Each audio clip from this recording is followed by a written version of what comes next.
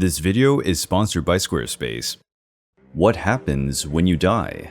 According to Catholic theology, you either go to heaven or hell, but to get to either, you must go through an intermediate stage called purgatory. This place is closely associated with Catholicism, but did you know that it derives from pagan traditions where the soul is judged and purified? Like many pagan concepts of death and the afterlife, purgatory is a place that offers a path to salvation. Although it began only as a state of being for souls who were neither totally good nor totally evil, popes, clerics, and theologians expanded its role in the Catholic Church during the Middle Ages and defined purgatory as a specific location between heaven and hell. On the other hand, medieval authors and artists further detailed this mysterious place. If you read the entire Bible, you will find no references to purgatory, because it was basically invented in the Middle Ages. This is what we will see in today's video. Creating a website has never been easier. With Squarespace, you will have access to amazing templates for all tastes and purposes, and you can create your blog, personal website, or the website of your business. If you create content like I do, then Squarespace offers exclusive areas for their community members, where you can interact easily and efficiently. They also allow you to contribute with your projects via PayPal, Apple Pay, Stripe, and Venmo. The Squarespace blogging platform allows your content to reach further and further, thanks to customizable buttons that allow you to easily share your content on the most popular social media platforms. Squarespace also provides all the tools to create your online store and advertise all your products easily and securely. Check out squarespace.com for a free trial. Click the link in the description or go to squarespace.com/seeyouinhistory to save 10% off of your first purchase of a website or domain. Be sure to share your stories, creations, or products with the world and increase your online presence with Squarespace.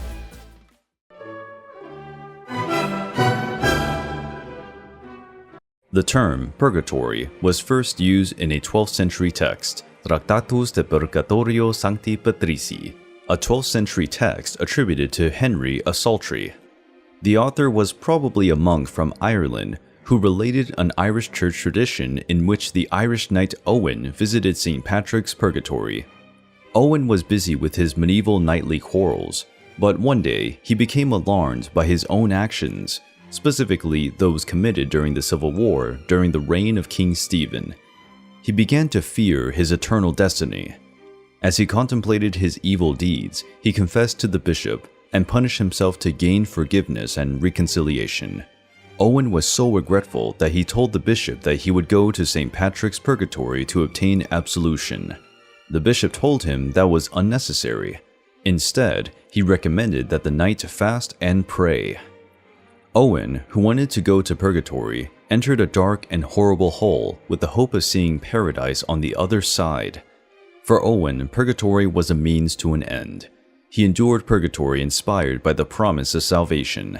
According to the 12th century text, St. Patrick received divine guidance from God about purgatory. The saint was a Christian missionary who lived somewhere during the 5th century, wanting to save the Irish from paganism. But the Irishman would not convert to Christianity unless he could visit the other world and return. According to one version of the story, one night, while the saint was sleeping, he was visited by God, who took him to a scant and barren place. The divine guide showed him a moat and told him that anyone who entered and spent a day and a night there would be absolved of his sins.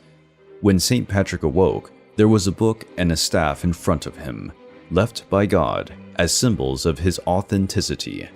Although the details of the story changed depending on the source, in all, St. Patrick received divine knowledge, and it was he who found the entrance to purgatory. Therefore, St. Patrick's purgatory became increasingly important during the Middle Ages. But the early church fathers discussed the basic idea of a state like purgatory even before the Middle Ages. In ancient times, St. Augustine argued that there are some who have departed from this life, who are neither so bad as to be considered unworthy of mercy, nor so good as to be entitled to immediate happiness. He identified souls who were transported to the afterlife still tainted by sin, but who were worthy of purification. He suggested that this would happen in an intermediate state. A century later, Saint Isidore of Seville emphasized this idea, based on the book of Matthew 12:32, which states that anyone who speaks a word against the Son of Man will be forgiven, but anyone who speaks against the Holy Spirit will not be forgiven, either in this age or in the age to come, to justify the idea that some sins will be forgiven and purified by a certain cleansing fire between this life and the next. In both cases, the purification of the soul occurred after death, but not in a physical location. Purgatory, as it would become known, welcomed different sinners whose souls needed to be saved. But in 12th century texts, purgatory required a physical location. At the time, it was claimed that purgatory was on Station Island in Loch Derg, County Donegal. Upon arriving there, pilgrims were supposed to spend 3 days fasting, not sleeping, while exposing themselves to the cold. Believe it or not, today nearly 15,000 people still visit the site to undergo these privations. The growing popularity of St. Patrick's Purgatory in Christian literature reflected the proliferation of this concept. The contributions of church fathers like St. Augustine and the experiences of holy men like St. Patrick were synthesized to define purgatory as a Roman Catholic truth.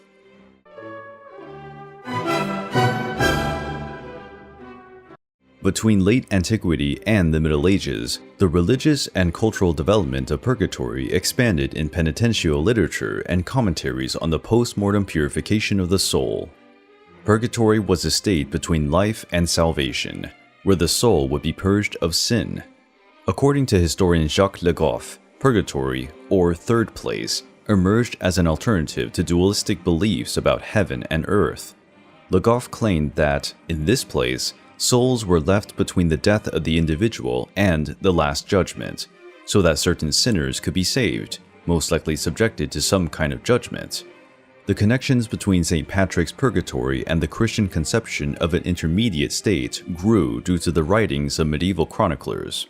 For example, the 12th century chronicler Gerald of Wales wrote about St. Patrick's Purgatory as a place filled with evil spirits, where individuals were crucified all night with severe torments, continually afflicted by many unspeakable punishments and water and other things. After going through this, the individual would not have to endure the pains of hell, except if he committed some very grave sin. As purgatory became firmly established in the Christian tradition, the debate focused on its description rather than on its existence. Prayers for the dead were part of Christian practice, according to the Christian calendar and saints. One way to decrease the time spent in purgatory was to pray. In monastic environments, men and women were charged with helping the dead in their ascension to heaven. This became an increasing concern as the images of purgatory became more and more terrible. There was no clear indication of how long a person's soul could stay in purgatory. The number of prayers was also difficult to assess. Therefore, additional methods were developed to decrease the time spent by someone in purgatory. Another way to decrease the time in purgatory was indulgences.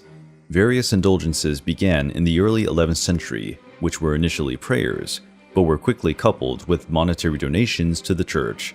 Until then, indulgences did not entirely purify the soul.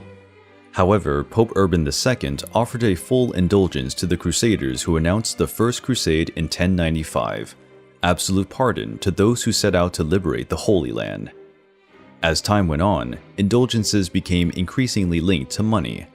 In 1344, for example, Pope Clement VI granted 200 full indulgences to Catholics in England alone.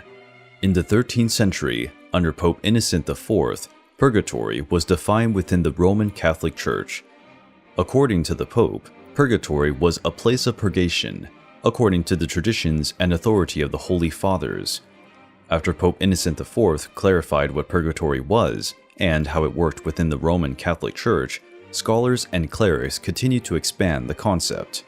With increasingly articulate and specific visual and written accounts of purgatory, the move from a mere concept to an actual place was completed by the 13th century.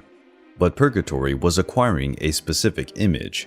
In the late Middle Ages, it was described as a consuming and purifying fire, reminding people that after the judgment, fire will descend with the damned into hell.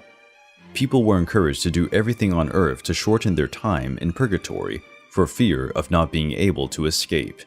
Poets, minstrels, and writers took the notion of purgatory even further, reciting verses about stabbing fires and cries of pain. But there was some hope.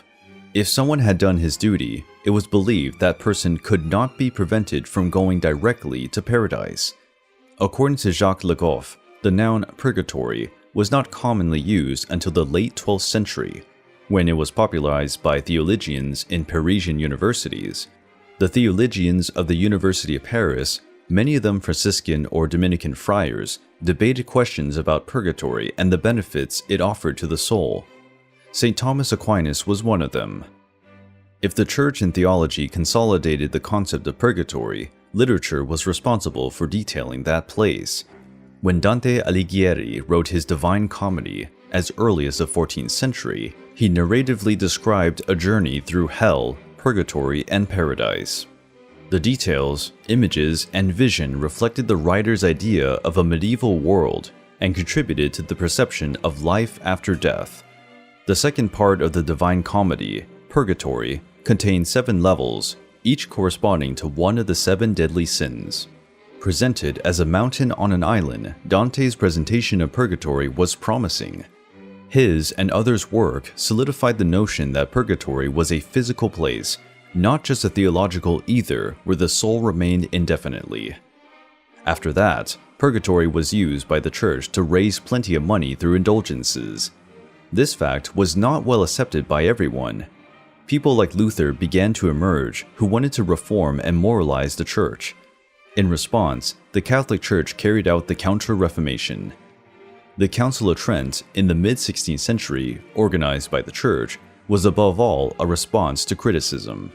As part of the Counter-Reformation, the Council of Trent took place between 1545 and 1563, where reforms were made and various doctrines were upheld. In addition, the council affirmed the existence of purgatory